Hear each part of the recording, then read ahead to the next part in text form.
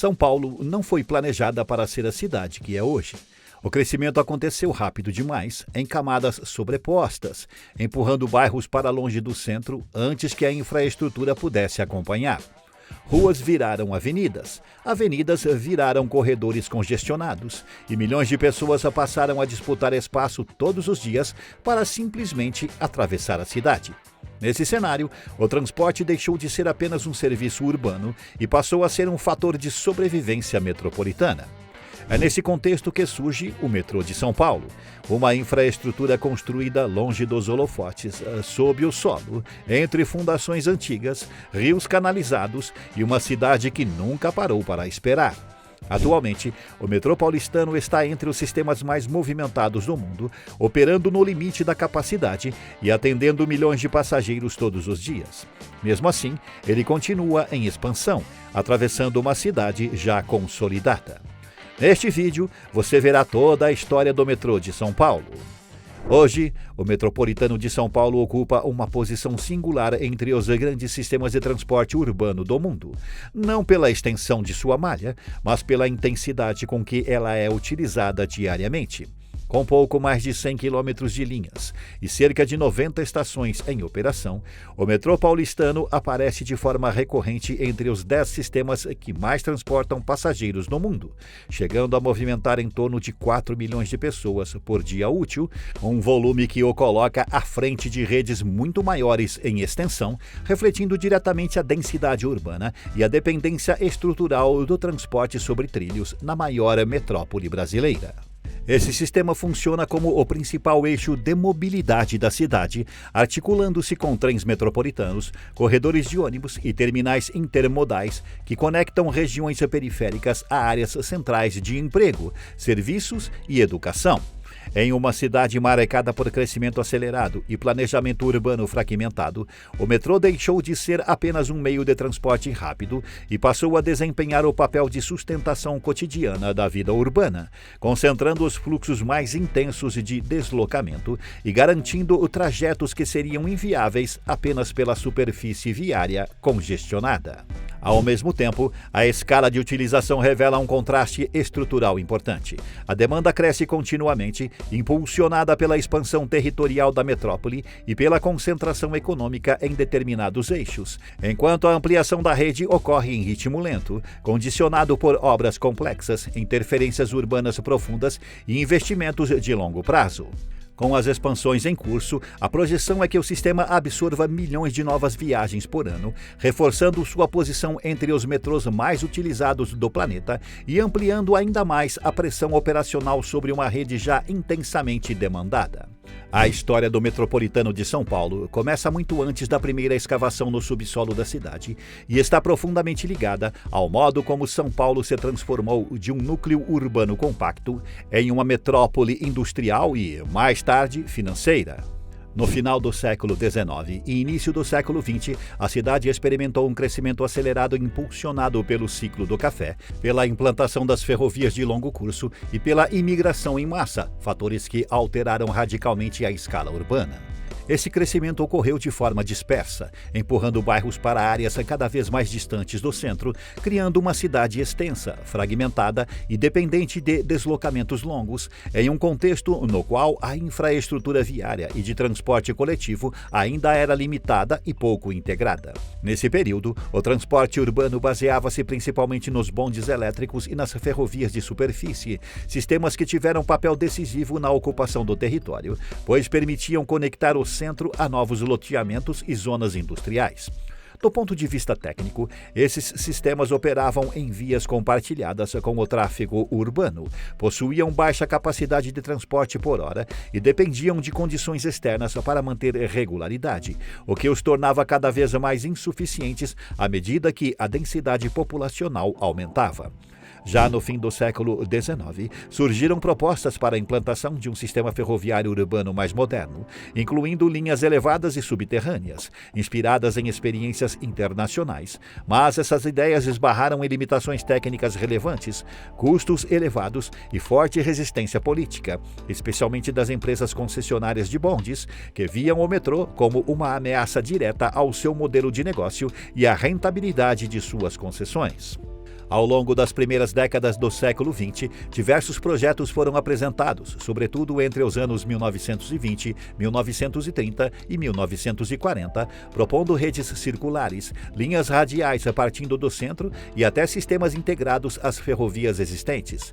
Muitos desses projetos, embora ambiciosos, exigiriam intervenções profundas no tecido urbano, grandes desapropriações e métodos construtivos que ainda não estavam plenamente dominados no Brasil, especialmente em uma cidade assentada sobre solos heterogêneos, com presença de lençóis freáticos elevados, antigas várzeas e áreas aterradas. O metrô era frequentemente tratado como um investimento excessivo para uma cidade que apostava fortemente na abertura de avenidas, na expansão do transporte sobre pneus e na adaptação do espaço urbano ao automóvel, o que levou ao engavetamento sucessivo dessas propostas. A ausência de consenso político, somada à resistência econômica e à instabilidade institucional, fez com que São Paulo adiasse por décadas a implantação de um sistema metroviário, mesmo enquanto outras grandes cidades do mundo já consolidavam extensas redes subterrâneas. A virada decisiva ocorre apenas a partir da década de 1960, quando o crescimento urbano atinge um ponto crítico e o modelo baseado em ônibus, automóveis e bondes entra em colapso. A cidade já enfrentava congestionamentos severos, tempos de deslocamento crescentes e queda na qualidade do transporte coletivo, evidenciando a incapacidade do sistema existente de absorver a demanda. Nesse contexto, o debate deixa de ser apenas político e passa a ser técnico, com a criação de comissões especializadas para estudar soluções de transporte de alta capacidade. Estudos aprofundados de geologia urbana, engenharia ferroviária, demanda projetada e viabilidade construtiva passam a embasar as decisões, culminando na fundação da Companhia do Metropolitano de São Paulo no final da década. A partir desse momento, o metrô passa a ser tratado como política de Estado, com forte influência de consórcios internacionais, especialmente da engenharia alemã, responsáveis por introduzir métodos modernos de planejamento, escavação e construção. Foram definidos traçados que buscavam equilibrar demanda, viabilidade técnica e impacto urbano, além da escolha de métodos construtivos adequados a cada trecho, como escavações a céu aberto em áreas mais largas e túneis profundos em regiões densamente ocupadas. A decisão de priorizar uma linha estruturante no eixo norte-sul não foi apenas urbana, mas também técnica, pois permitia reduzir interferências geológicas mais severas, facilitar a implantação de pátios de manutenção, subestações elétricas e centros de controle operacional, além de criar um eixo inicial passível de expansão futura.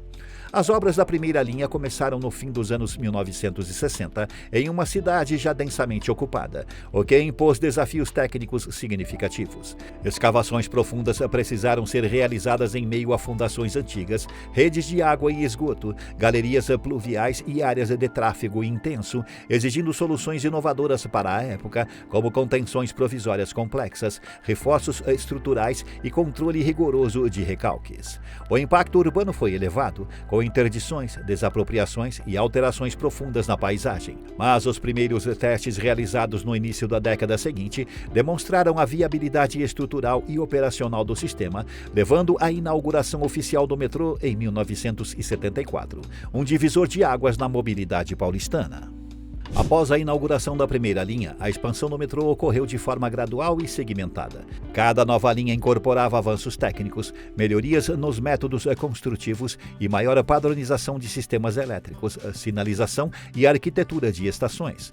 Mas o crescimento não seguiu um plano integrado de longo prazo, sendo frequentemente condicionado por ciclos econômicos, mudanças de governo e disponibilidade de recursos. Nas décadas de 1980 e 1990, o sistema se consolidou como eixo central do transporte urbano, ao mesmo tempo em que a demanda crescia em ritmo superior à expansão da malha, gerando sobrecarga operacional.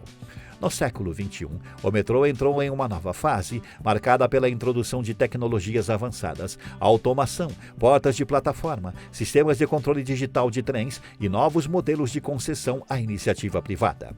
Surgiram também soluções alternativas, como o monotrilho, adotado para atender regiões de alta demanda com menor impacto urbano direto.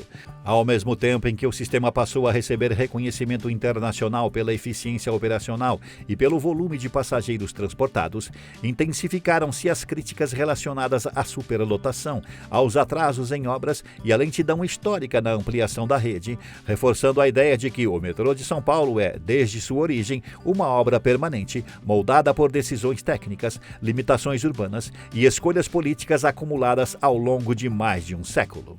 Em 2026, o Metropolitano de São Paulo atravessa um ciclo de expansão marcado por obras pesadas, múltiplas frentes ativas e intervenções técnicas profundas em uma cidade já consolidada, o que torna cada avanço mais complexo do que nos primeiros anos do sistema.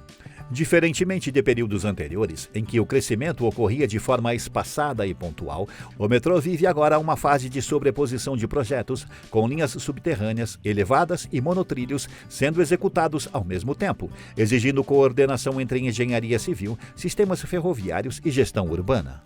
A expansão da linha 2 Verde, em direção à Penha, é uma das obras mais estruturantes em andamento, com túneis em escavação contínua, estações em diferentes estágios de concretagem e montagem estrutural e frentes concentradas na execução de poços de ventilação, túneis de interligação e áreas técnicas. O foco principal hoje está na consolidação das estruturas subterrâneas e no avanço simultâneo de várias estações, permitindo que a linha seja estendida de forma integrada e preparada para absorver parte da demanda atualmente concentrada na linha 3 Vermelha, considerada uma das mais sobrecarregadas do sistema. Na linha 6 Laranja, a obra avança em ritmo acelerado e já se encontra em estágio avançado de execução física, com os tatuzões concluindo trechos significativos dos túneis e as estações subterrâneas recebendo estruturas definitivas, sistemas de ventilação, salas técnicas e acessos verticais. Atualmente, o trabalho se concentra não apenas na escavação, mas também na instalação de sistemas elétricos, vias permanentes e preparação para comissionamento de trechos que permitirão a operação parcial da linha. Trata-se de uma das obras subterrâneas mais profundas e complexas já realizadas na cidade, exigindo controle rigoroso do solo, monitoramento estrutural constante e integração precisa entre obra civil e sistemas ferroviários. A linha 17 Ouro, após mais de uma década de atrasos e paralisações, entra em sua fase final de implantação, com estruturas elevadas concluídas, estações praticamente prontas e foco concentrado na instalação e calibração dos sistemas operacionais. Em 2026, os trabalhos se voltam para testes dinâmicos com trens, ajustes de sinalização, validação de portas de plataforma, sistemas de energia e comunicação, além do treinamento operacional necessário para a entrada em serviço. A integração com a linha 9 Esmeralda, a linha 5 Lilás e o acesso direto ao aeroporto de Congonhas transforma essa linha em um elo estratégico entre transporte urbano e mobilidade aérea. Na linha 15 Prata, a expansão do monotrilho continua com a execução de novos trechos elevados, montagem de vigas guia, pilares e estações, além de preparação das áreas de integração com terminais de ônibus e outros modais.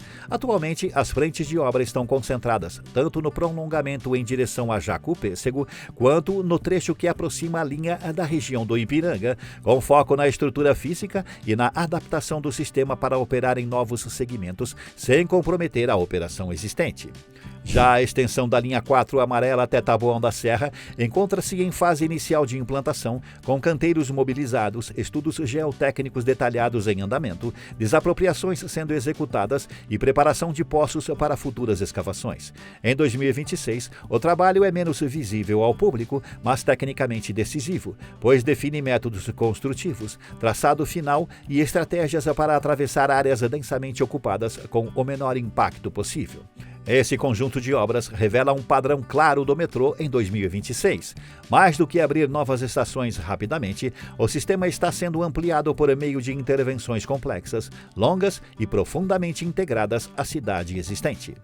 Mas e você? O que acha do ritmo de expansão do metrô de São Paulo e das escolhas feitas para ampliar o sistema em uma cidade já totalmente consolidada? Comente. Este é o canal Urbana. Deixe seu like, inscreva-se e assista ao vídeo anterior.